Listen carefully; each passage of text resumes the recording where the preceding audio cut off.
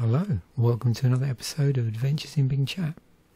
So this particular episode is a combination of a brainstorming session and a preamble to a video I'm going to be doing a little whiles from now. I'm not too sure how long it's going to take me to put together, but I need to think a bit more deeply about how to execute it. And the episode will be released as part of the IT Wildcard series. And it's really off the back of a interesting question that I had come up on the last episode I put out, which was the one about my sort of timeline of learning different programming languages. And someone was asking me in the comments section about porting languages from one language to another. Generally from like older languages that I knew to newer ones, because I'd brought it up. So I thought, as an interesting twist and a preamble, I would fire up Bing Chat and explore the concept of idioms in programming languages, because it's one area that I think is definitely really important when you're porting from one language to another, is that you're aware to some degree of the idioms in the different languages and how they might be different. And if you don't know what an idiom is, or don't know that's maybe you know the term where it's used in the study of English, but not sure how that actually manifests itself in programming languages. Hopefully this will clear it up. And then we're going to get it to hopefully show us some examples of idioms in different languages. Because, like I said, I think it's pretty important to know, and you'll see why when it actually explains what an idiom is. So let's let Bing Chat do the explanation for us, shall we? So, group of code fragments that share a common semantic role or meaning and that reoccur frequently across software projects. Idioms, hang on, it's just going off the screen, let's bring it back in. Idioms are often used to express a simple task algorithm or data structure that is not a built-in feature of the language, or to use an unusual or notable feature that is built in. Knowing the idioms of a programming language can help you gain fluency and transfer knowledge from one language to another, hence why I want to cover this. Now what's interesting is that it's actually gone from giving me like descriptions of idioms in programming languages to actually idioms in the English language, which is fine. So what I'm actually going to ask it to do, because I want it to sort of focus in on specifically programming language idioms. And as we've seen in a recent episode I did on, for the Adventures in Bing Chat series, I noticed that if you start probing around a bit, rather than saying, oh, you're wrong about that, and can you, fix that, and it getting a little bit shirty, but maybe prodding around a bit seems to help it. So I'm just going to ask it to give me a simpler explanation for programming language idioms. So let's see what happens.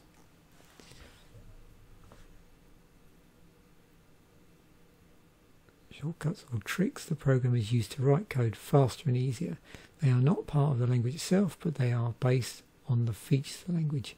Different languages have different idioms, and sometimes the same idiom can be written differently in different languages. Idioms help programmers to communicate better with each other and to solve common programs more efficiently. So I can go down and ask it what's the difference between, say, an idiom and a design pattern. So maybe I'll do that. And also, how can I learn idioms in programming languages? Also, the other thing in idioms, you'll notice in some languages they often have these terms where it's portmanteaus of words that describe, an idioms within a language. So, for instance, someone might talk about code being particularly Pythonic. Is a good example of that.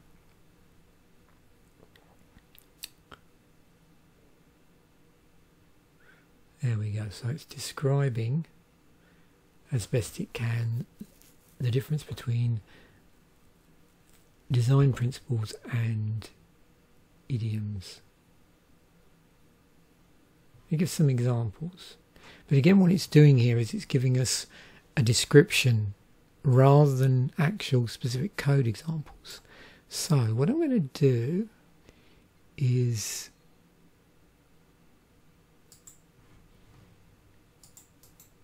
do this.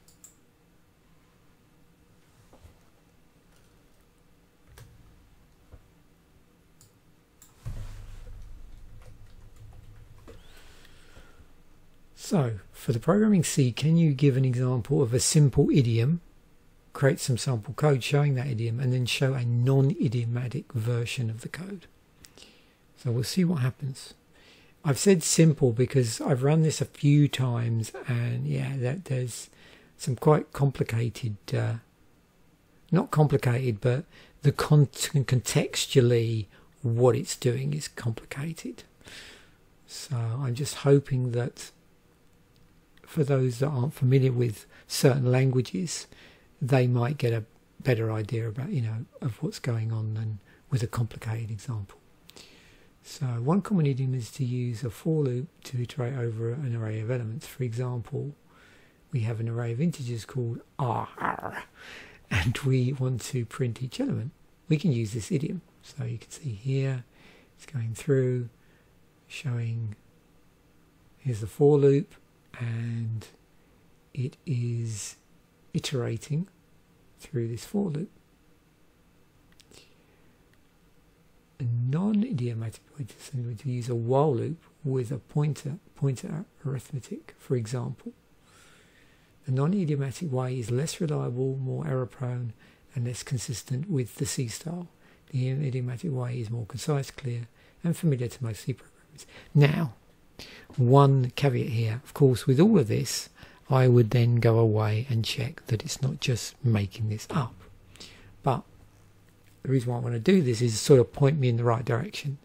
So, saying, okay, well, is there an idiomatic way of using loops in C, for example, which is more preferable than other methods? So, again, very useful if you're porting from one language to another and you have a part of your code which uses loops to iterate over an array of elements, for example. And in one code, the way that's done, and the idiomatic way particularly that it's done, if there is one, could be quite different than the similar code in C. Now, this is one problem I find, and I think, I don't know if I mentioned before, is I find particularly hard when moving between languages, is you have to be careful, because there is a tendency, if it's into a language you're not familiar with, to program in non-idiomatic ways, to almost just take your code. So say I'd written something in, let me give an example here. So yeah, I've written some code in a language like C, original C, and then decided to port it across into an object-oriented programming language.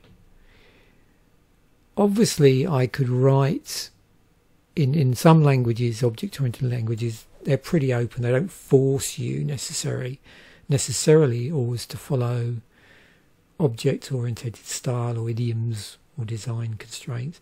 Now, it'd be different if you were moving into something like SmallTalk, from, say, something in C to writing it in SmallTalk. But SmallTalk will tend to force you to write that way. But there's other languages which have object-oriented functionality in them, where you could just write the code in its original form, so in a style similar to how it was written originally, but just obviously with all the appropriate syntax changed to run in the new language. So I find learning the idioms is actually really helpful in making that transition properly, and not like using the old language in some ways and structures and its own idioms as a sort of crutch initially. It's nice to code in a way that is complementary to the language that you're porting into. So we can do a similar thing here. So what if I now try and do it for a different language? So I'm going to use this wording. So can you do the same thing regarding idioms in fourth? I'm restating its idioms. The reason why is, if I just said, can you do the same thing in fourth, there is a danger that it would attempt to do this for loop in fourth. So again, you know, think carefully about what's gone before, how sticky these questions are, what assumptions, if you're using, you know, any large language model system, chatbot that uses large language models, uses foundation models, those sort of things, you know, thinking about, okay, how might it interpret certain things? So if you think the phrasing of a prompt is going to be ambiguous, then make it so it isn't ambiguous, so it's non-ambiguous.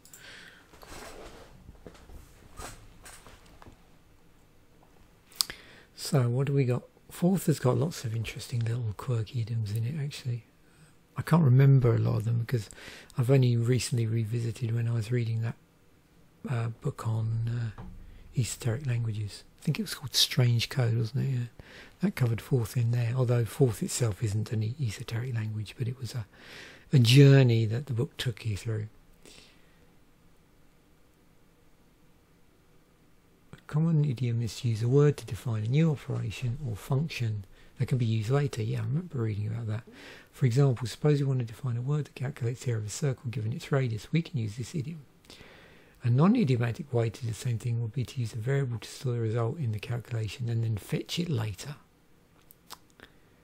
So again, you know, that might be quite different if you're porting, say, you know, a calculation to do, this one's to do with the area of a circle from one language into fourth, where the idioms and other, you know, things to do with syntax might be slightly different. He wants me to write a sonnet. Obviously it's getting bored already, but I will persist. So let me think about Rust idioms. There we go.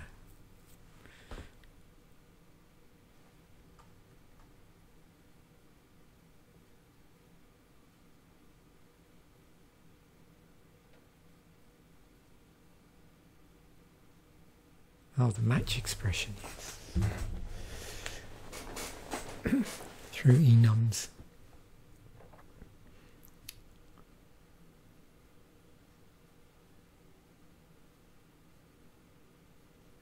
Yeah, so a series of if-else statements. Funny. So there's the match version, and there's the series of if-else statements. And you can see the difference there.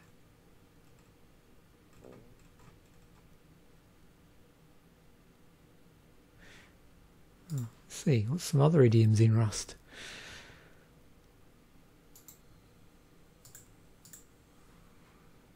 I wonder if, see, a lot of like text manipulation languages have some interesting stuff. So I'm just getting another one ready. Okay. So it's it's gone off down here. I'm going to have to be a bit careful with this. So I can't now say, can you do the same thing regarding idioms in Snowball, because it's just going to do this. So I'm going to have to take my original prompt and substitute the word Snowball 4 in there. So what I mean is this one. So again, just be careful when you do decide to go down rabbit holes and it's sort of lost its focus or its attention, I suppose. And there's a good chance if you just say, you know, can you do the same?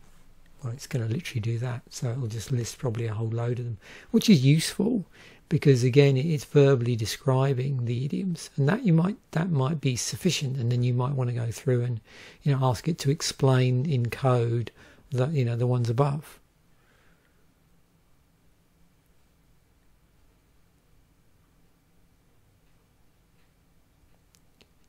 Do you want to extract the word? So we've got string called a line. To use loop instead, so you can see this is quite much more condensed. Again, I'd have to obviously fire up some stuff in Snowball and just see that this is correct, and then do a little bit more digging as well. But again, it's, you know, as a learning tool, it's useful because it is getting you to fact check, and the process of doing that, I find, actually is a learning tool in and of itself. Of course, like anything, and as you've seen on some of these episodes before, there reaches a point where if it starts really spewing out garbage in a certain topic area, then it isn't really worth pursuing because you're just wasting your time.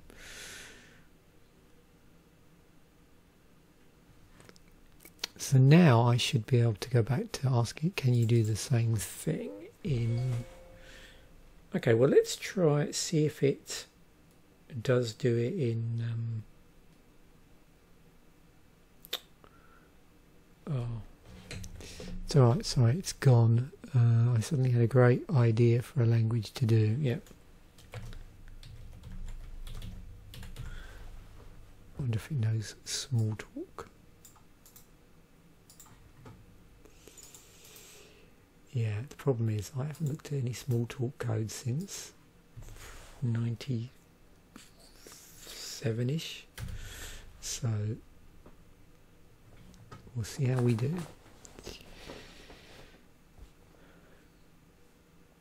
Also, I could go back to earlier languages, but I don't think I'm going to, because, yeah, it's going to get harder to check that it's not talking rubbish about something like Fortran or something like that.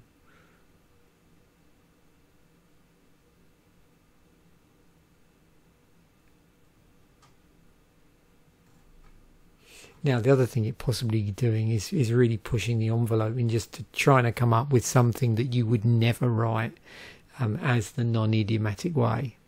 Because in certain languages, like, it wouldn't just make any sense to not use the, you know, the idiomatic way.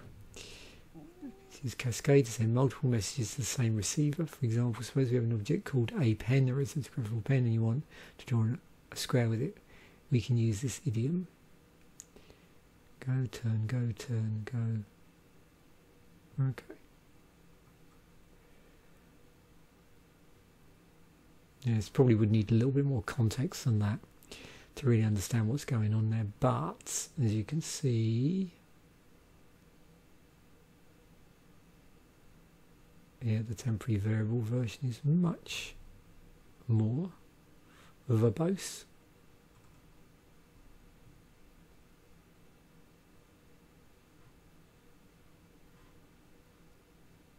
And I suppose it won't hurt to do that, because it is quite interesting. It just means I've got to rephrase the question every time back to the original, or the second one I used, to just refocus it on what I'm asking.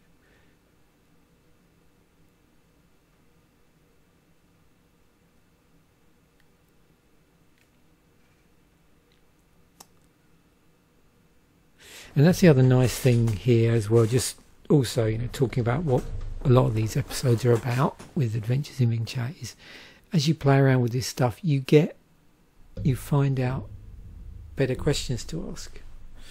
It's almost like philosophical in nature, in that as you explore it through questions, one thing you're also trying to establish is are there better questions that I could ask, which then might give me better results. And so what I'm getting at here is, maybe in an interactive section like this where you're asking about idioms, maybe you just want it to list the idioms as descriptions, and then, as I've said I think before, say, oh okay, well, can you show me an example of some code that illustrates, you know, the first one, those sort of things. So yeah.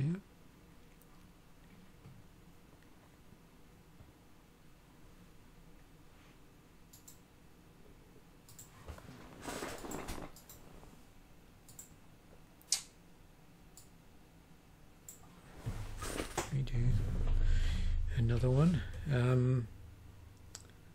Do I want to risk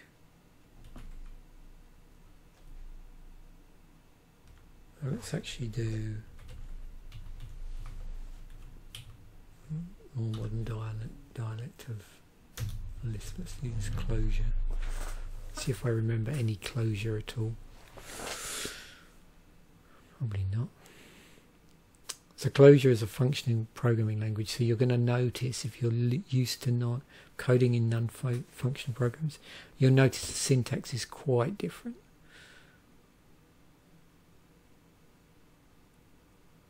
Threading macros, yeah, that does ring a bell.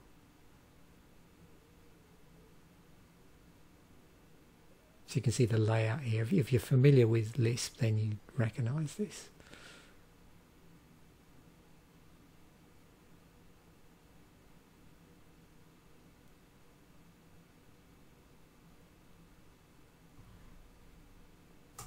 In some ways, I suppose this is quite a good way of doing it, despite the fact you have to, you know, put the question back in each time. But you get an example, and then you get a list of other idioms. So yeah, I suppose it depends which way you want to do it.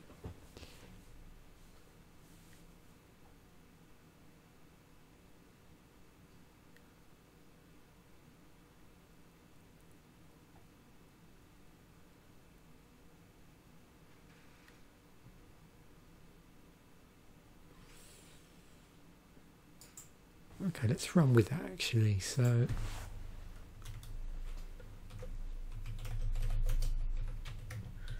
idioms.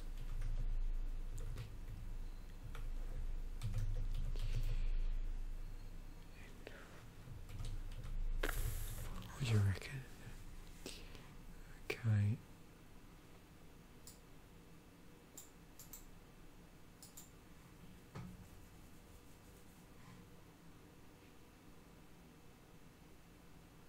Yeah, so here as well is, when is it an idiom and when is it a best practice? I mean, you know, so how can I phrase this? So are all idioms best practices, but not all best practices are idioms? Something like that. So some of the things it might return are more a best practice than necessarily an idiom, possibly. So what are some idioms in our goal 60?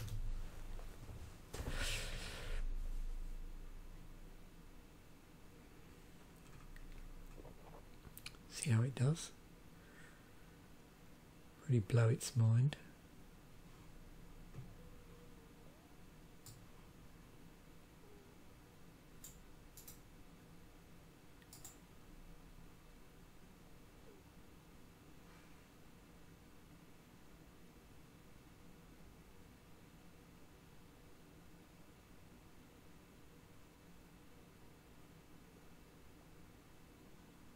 Okay.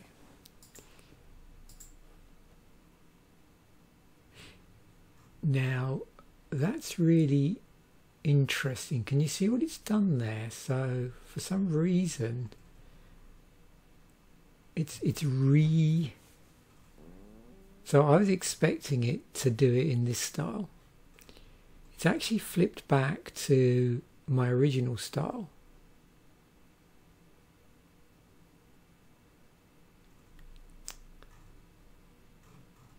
I mean, is it established a pattern there that I normally follow up? You know, do an example, idiomatic, non-idiomatic, and then ask it a question about other idioms. Interesting. This is a multi-level video here. We're exploring lots of different things. And that's one of the reasons I wanted to put this out under the Adventures in Bing Chat banner. I thought it'd be an interesting, kicking the tires session about brainstorming, whilst simultaneously exploring idioms in programming languages and seeing how Bing Chat manages that.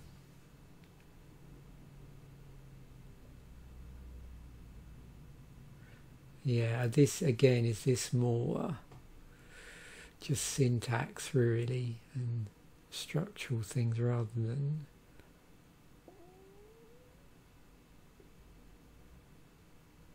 strictly speaking idioms?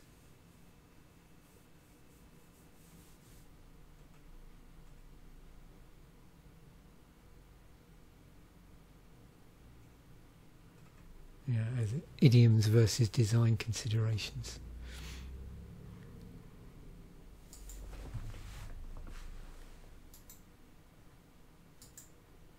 Oops, I didn't want to do that one. What I wanted to do is this, and so one more. Let's do F sharp.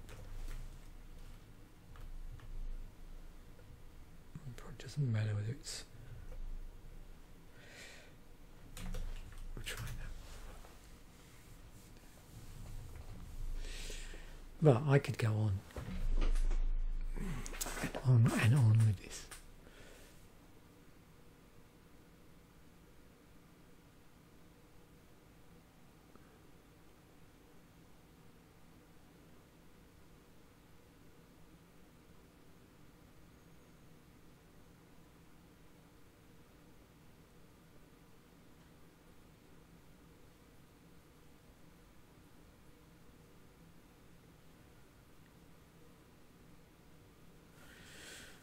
Okay, so it's suggesting it's got quite a few here now, so we're getting some nice bangs for our buck here, where it's almost like combined both types of answers. So we've got, it's not doing this again, it's gone back to doing this style, but it's given us actually a couple. So we've got pipe operators versus nested function calls.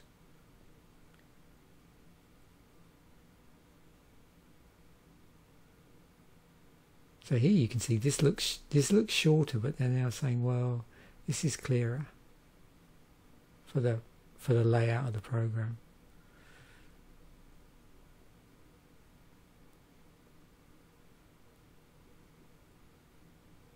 And then there's some pattern matching ones here. Yeah, again, well, that's a really good illustration actually of laying out. And again, you see, look, this is a great example here. So, you know, anybody here that's used to a lot of languages that look, you know, will probably recognize this style here. And probably think, oh yeah, you know, I want to port stuff over to F sharp. I'll just, you know, recode it like this. And certainly with a few changes here, something like this would run in, you know, a number of different languages. This is much more, you know, idiomatic. Same with this here.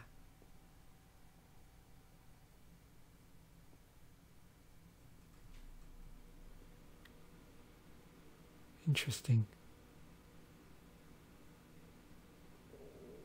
And sure, yeah, there's, you know, probably other languages where you can structure it like that, but it is an interesting point, and it does illustrate what I said originally about, you know, there is a tendency for me, and I can speak for myself, for when I'm porting over between languages, and invariably it's just as a learning exercise, I have to really think about, okay, what idioms should I be using, as opposed to just taking the easy non-idiomatic way out that bears, you know, a bit more similarity to the language I'm porting from. So hopefully that was both interesting and entertaining. I certainly got a lot out of it, and it was interesting to see, you know, lots of different levels here, how it was certainly, as I asked it questions, like alternating between the styles as I slightly restructured some of the questions, or not in other instances, and how as you go through these prompts in a more conversational style, it can sort of flip-flop like that between each one. So thanks once again for watching. Bye for now, and I will catch you in a future episode.